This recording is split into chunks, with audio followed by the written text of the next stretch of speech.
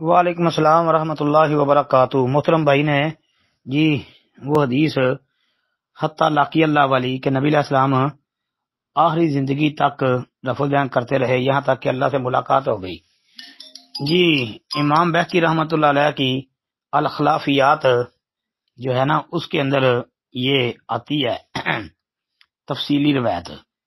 امام زیلی رحمۃ اللہ علیہ نے نصب الرایا کے اندر اس کی تخریج کی ہے جی کہ عبداللہ بن عمر رضی اللہ عنہ کے واسطے کہ کان اذا افتتح الصلاۃ رفع یدیہ واذا رکع واذا رفع رأسه من الرکوع وکان لا یفعل ذلك في السجود فما زالت تلك الصلاۃ حتى لقي اللہ تعالی۔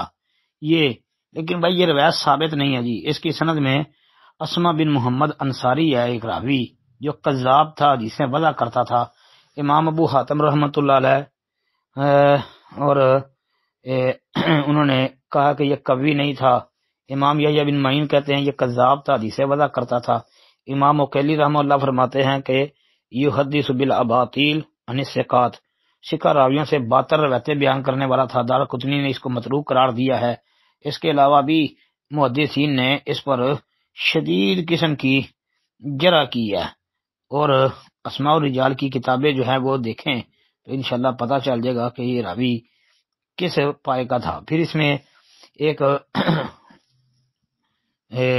دوسری جو ہے نا یہ بھی ہے کہ عبد الرحمن بن قریش بھی ہے اس میں ایک جی۔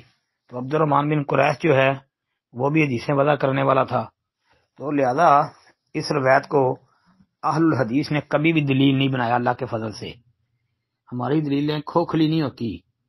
اور پھر نصب الرایا کے مصنف نے علامہ ذیلی نے اس روایت کو بیان کرنے کے بعد جو ہے لکھا ہے حدیث آخر اخرجہ البخاری و مسلم عن مالک بن الحویرث واللفظ لمسلم ان رسول اللہ صلی اللہ علیہ وسلم کان اذا کبر رفع یدیہ حتی یحاذی بہما اذنیہ واذا رکع رفع یدیہ حتی یحاذی بہما اذنیہ واذا رفع رأسہ من الرکوع۔ یعنی خود انہوں نے یہ روایت پیش کر کے تو سمجھو کہ اس روایت کو اگر ہم موضوع تسلیم کر لیں، اور ہے بھی کہ صحیح نہیں ہے وہ روایت، لیکن یہ روایت انہوں نے پیش کر کے اور اس کے بعد ابو حمید سعدی رضی اللہ عنہ والی وہ روایت جس کے انہوں نے 10 صحابہ کو نبی علیہ السلام کی نماز بتائی اور اس میں رفع الیدین کیے، یہ پیش کی ہیں روایتیں جن سے پتہ چلتا ہے کہ یہ بھائی نبی علیہ الصلوۃ والسلام ساری زندگی رفع الیدین کرتے رہے تھے۔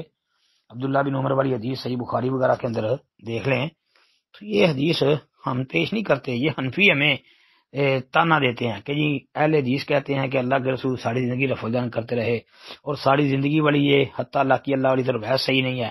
ہم بھی کہتے ہیں یہ صحیح نہیں ہے، نہ ہم نے کبھی اس کو دلیل بنایا ہے۔ ہم علمی خیانت کرنے والے نہیں ہیں، ہم اللہ کے فضل و رحمت سے صحیح دلائل پیش کرنے والے ہیں۔